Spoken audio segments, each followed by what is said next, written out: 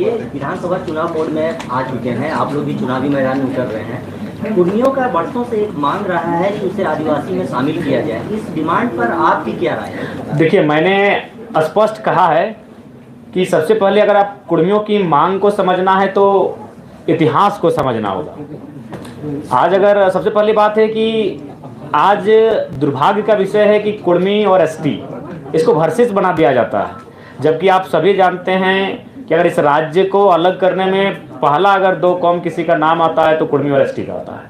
निर्मल महतो की वो गोली, उसकी आवाज़, उसकी गूंज, उनके शरीर से बहता हुआ खून धरती पर टपकने के बाद वो सुगंध आज तक शांत नहीं हुई है, जिस शख्स के कारण ये झारखंड राज्य अलग हुआ, आज़ाद हुआ।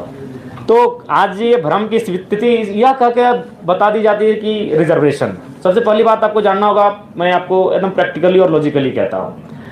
1907 में टाटा की स्थापना होती है, बहुत भारी संख्या में ज़मीनों का अधिग्रहण होता है। उस जमीन अधिग्रहण में मैक्सिमम ज़मीनें कुर्मियों की होती है। उसके बाद अंग्रेज जैसे भी थे, अच्छे थे बुरे थे जो कहिए, लेकिन कुछ उनमें था बेहतर गुण। उन्होंने देखा कि अगर ऐसा चलता रहा तो ये गरीब भोले भाले लोगों की ज़मीन लोग लूट लेंगे। फिर वो 1908 में सीएनटी को प्रभावी रूप से लागू कर देते हैं और उसके बाद 1950 तक कुर्मियों की ज़मीन कोई नहीं लेता है। 1908 में जैसे ही सीएनटी लागू होता है, 1907 में एकदम बड़ी बेरहमी से टाटा ज़मीन लेती है। 1908 में सीएनटी लागू होता है, 1950 तक कोई नहीं लेता है। लेकिन फिर यही बात खलने लगती है उद्योगपतियों की कि अगर किसी का ज़मीन आपको लेना है तो उसको शेड्यूल से हटाना होगा, उसको नॉन शेड्यूल करना होगा, अनशेड्यूल करना होगा, तभी ज़मीन लेने में सुविधा होगी। और 1950 में शायद दिसंबर का महीना या सितंबर का महीना उन्हें विदाउट नोटिफिकेशन के जैसे ही बाहर किया जाता है, 1951 में लगभग 50 कुर्मी गांव विस्थापित कर दिए जाते हैं एक झटके में। नाम होता है सिंदरी, जिसको आज हर्ल के नाम से आप जानते हैं। दौर शुरू हो जाता है, दौर का नाम आप बोकारो पहुंच जाते हैं, उस दौर में आप चांडिल डैम पहुंच जाते हैं, उस दौर में आप कोणार्क डैम पहुंच जाते हैं, उस दौर में आप तमाम कोलियरी पहुंच जाते हैं। और आज भी अगर आप विस्थापन को जानना चाहते हैं तो आप बिना कुर्मी को जाने विस्थापन को नहीं जान सकते हैं। 1907, 1908, 1950 नोटिफिकेशन से आउट होना, 1951 से सिंदरी प्लांट से ही तमाम एचईसी के भी अध्ययन कीजिएगा, कुर्मियों की जमीनें बहुत मात्रा में मिलेंगी। यानी एक बहुत बड़ी साजिश थी इनको शेड्यूल से हटाने की। अब देखिए, विवाद ये होता है कि ये कौम अगर यहाँ एंट्री करती है तो इससे आदिवासी जो कौम अभी यहाँ है, अच्छा उसके बाद लोग तर्क देते हैं पहले 32 थे अब 36 हो गए, बाकी जो 4 हैं किन्हीं ने अपोज नहीं किया, लेकिन इनको लगता है कि नहीं ये थोड़ा सा आबादी में ज़्यादा है। तो मैंने बार बार कहा कि एक रास्ता तैयार कीजिए। भारत एक ऐसा देश है जहाँ पशु पक्षियों का अधिकार है। आज जंगली हाथी लगातार 10 घरों का हमारा रोज तोड़ रहे हैं, लेकिन फिर भी हम उनको कुछ नहीं कर सकते क्योंकि भारत का संविधान कहता है, भारतीय संविधान आर्टिकल 48A स्पष्ट कहता है वन्य जीव संरक्षण।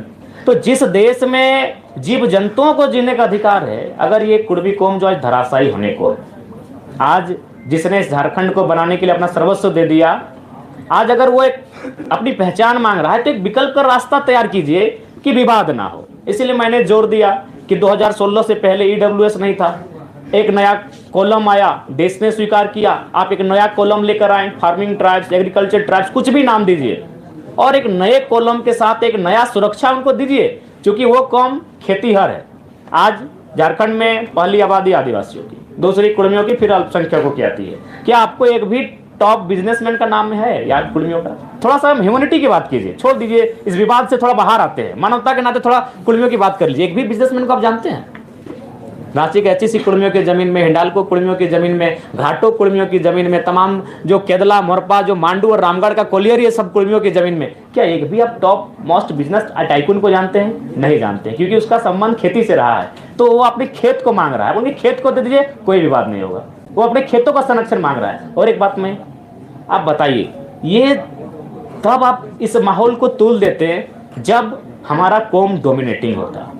आबादी में हम दूसरे नंबर पर हैं, कल की बात करेंगे तो पहले नंबर पर हैं। उसके बाद भी हमने एक भी हमारा व्यवहार बताइए डोमिनेटिंग का, जबकि हमारे साथ तो साजिशें आज भी हो रही हैं। उदाहरण के लिए इंद्रजीत महतो, उदाहरण के लिए जगन्नाथ महतो। इस कोरोना काल में 2 ही नेता डैमेज में, दोनों कुर्मियों के बेटे क्यों भैया? क्या कभी मीडिया ने सवाल किया? क्या आपने कभी चिंतन किया? कसम खा के बोल रहे, इसके पीछे भी रीजन यही है कि कुर्मी के बेटे थे। हम तो साजिशों के शिकार आज भी हो रहे हैं। इसलिए आपसे हम पूरे राज्य से भी अनुरोध करेंगे कि ये जो जिस दृष्टि से आज हमें देखा जाता है उस दृष्टि से ना देखें। हम साजिशों के शिकार आज होते हैं। जगन्नाथ बाबू तो नहीं रहे, उनकी आत्मा को शांति मिले, इंद्रजीत बाबू स्वस्थ होकर वापस आए, हम ये प्रार्थना करते हैं। और किस पर लगा रहे हैं? ये बहुत बड़ा आरोप। ये नहीं, आरोप हम किसी पे नहीं लगा, नहीं, साजिश है। किसने साजिश? साजिश है। आप उस पर टीम बनाए, टीम गठन करो, साजिश पर पर्दाफाश करें। सुधीर महतो डिप्टी सीएम रहते हैं, रसगुल्ला खाते हैं और मृत्यु को प्राप्त कर जाते हैं। विनोद बिहारी महतो झारखंड के पुरोधा महानायक ट्रेन में बैठकर जाते हैं संसद भवन, उनके शरीर का रंग नीला पड़ जाता है, लेकिन कोई जांच की मांग नहीं उठती है, उनके शरीर का पोस्टमार्टम तक नहीं किया जाता। आज उनका भाई जिंदा, उनका इंटरव्यू ले लीजिए, उनका शरीर का रंग चेंज हुआ था कि नहीं हुआ था। अरे हम आज भी साजिशों के साथ हैं भैया। अलग झारखंड के राज्य के समय तो जो कत्ल हुआ था वो हुआ ही था भैया। हम आज भी, इंद्रजीत महतो उसका प्रमाण है, उसका एक ही कसूर था, बेचारा कोई नहीं बेटा था। अगर वो नहीं होता तो इलाज भी होता तगड़ा और आज बहुत कम समय ठीक होके आ जाता। हालांकि हम अभी भी प्रार्थना करते हैं, आप भी प्रार्थना कीजिए वो ठीक होके आए। तो हमारे साथ भैया साजिश आज भी हो रही है। जब भी झारखंड का टॉप लीडर का मर्डर हुआ है तो याद रखिएगा कुर्मी का बेटा होता है। सांसद Sunil Mahato, central president of Jharkhand Mukti Morcha निर्मल महतो, कितने नाम गिनाए। तो इसलिए हम चाहते हैं कि हमारे कौम को लेकर जो दृष्टि बनाई जा रही है थोड़ा सा उसको पॉजिटिव बनाया जाए। हमारी लड़ाई संरक्षण की है। आप हमारी जमीनों को, हमारी भाषा को संरक्षण कर दीजिए, कोई भी बात नहीं रहेगा। ये नौकरियों की लड़ाई नहीं है। जमीन के संरक्षण के लिए कुर्मी को सीएनटी में डाला नहीं, सीएनटी के बावजूद अगर आप उस शेड्यूल से को हटा देते हैं ना तो प्रभाव कम हो जाता है। सीएनटी तो है, आदि छवि रंजन जैसे IAS पूरा लूट के चले जाते हैं। सीएनटी के साथ अगर वो शेड्यूल में होते तो आसानी नहीं होता जमीन अधिग्रहण करने का। क्योंकि हम पिपरवार गए थे, वहाँ के जो पदाधिकारी उनसे बात हुई कि अब 12 गंजू परिवार का जमीन आता है, 12 को जॉब देना हो, क्योंकि इनका अलग ही कानून है। गंजू थे कि भोगता याद नहीं आ रहा है, और जतरा वाले, टाना भगत वाले 12 आते हैं, 12 को जॉब देना होगा। क्योंकि शेड्यूल जो होता है उनका जमीन लेने में थोड़ा सा असुविधा होता है, आसानी से जमीन का हस्तांतरण नहीं होता है। तो इसीलिए 1950 में उनको साइड किया गया। एकदम लॉजिक प्रैक्टिकल, ज्यादा कोई विवाद मत कीजिए, एकदम सीधा। 1907 में टाटा का स्थापना होना, भारी संख्या में जमीन, भारी संख्या के 15,000 एकड़, और काम कर रही है मात्र 3,000 एकड़ में। 1908 में सीएनटी का लगना, 1950 तक जमीनों का ना लिया जाना, 1950 में इसको शेड्यूल से हटाया जाना, और 1951 में सिंदरी कारखाना तैयार हो जाना। बस सिलसिला शुरू। 1958 में, 1964 में, 1972 में, 1986 में वो सिलसिला शुरू। तो ये जो डिमांड है वो संरक्षण का है। हम लोग अगर गवर्नमेंट में आते हैं, क्योंकि भारत देश जहां आर्टिकल 48 ए कहता है जीव जंतुओं की रक्षा करना, तो हम लोग जरूर इस पर एक नया कॉलम, एक नई तरकीब लेकर आएंगे, ताकि विवाद का भी समाधान हो जाए और उनकी मांग को भी एक आज़ादी मिले, एक समर्थन मिले। आखिरी